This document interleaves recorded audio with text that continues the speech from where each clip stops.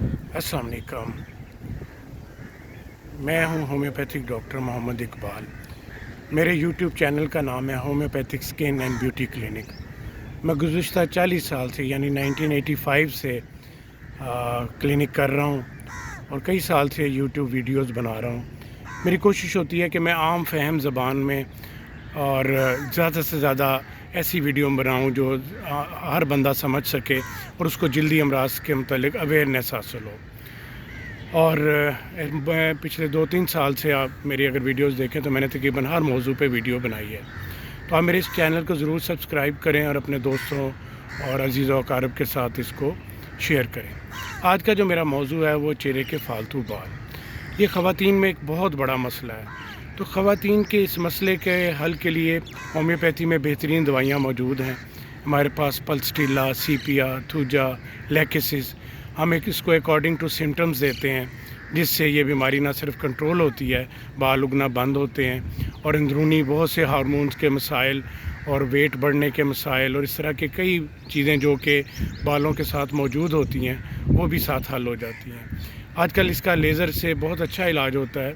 पहले इलेक्ट्रोलाइसिस होता था जो नीडल से बालों की रूट्स को जलाया जाता था, लेकिन अब ज़्यादातर लेज़र किया जाता है। लेकिन लेज़र एक्सटर्नली बालों को कंट्रोल करने के लिए एक बहुत अच्छा तरीका है और थिक बाल जितने भी हैं वो उससे ख़त्म हो जाते हैं, लेकिन फिर उग पड़ते हैं। तो सारा प्रॉब्लम ये है कि बाल दोबारा ना आएँ या बार बार ना उगें। तो उसके लिए तो सबसे बेस्ट यही है कि होम्योपैथिक इलाज किया जाए, चूँकि बाल जो उगते हैं बार बार इसके इंटरनल वजूहात होती हैं। सबसे ज़्यादा इसमें पीकॉस का मसला या पीसीओएस या पॉलीसिस्टिक ओवरियन सिंड्रोम जिसको कहते हैं, वो ख़वातीन में हम बहुत ज़्यादा देखते हैं, यंग ख़वातीन में।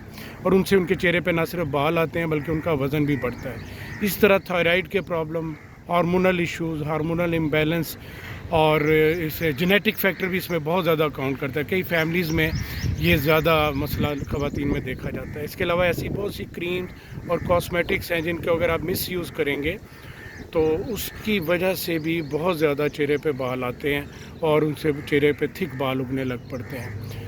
तो इसके लिए बहुत ज़रूरी है कि आपका जब भी इस तरह का कोई इशू होता है, कोई इस तरह का प्रॉब्लम है, तो आप उसकी कॉज़ पे गौर करें कि आपका ये प्रॉब्लम जो है ये क्यों बन रहा है। क्या उसके अंदर आप उसके लिए अल्ट्रासाउंड करा सकते हैं, अपने हार्मोन्स के टेस्ट करवाएं ताकि जो भी इंटरनल प्रॉब्लम है वो सामने आए, जो हार्मोनल इम्बैलेंस है वो सामने आए। थायराइड का मसला है तो थायराइड का टेस्ट करवाएं।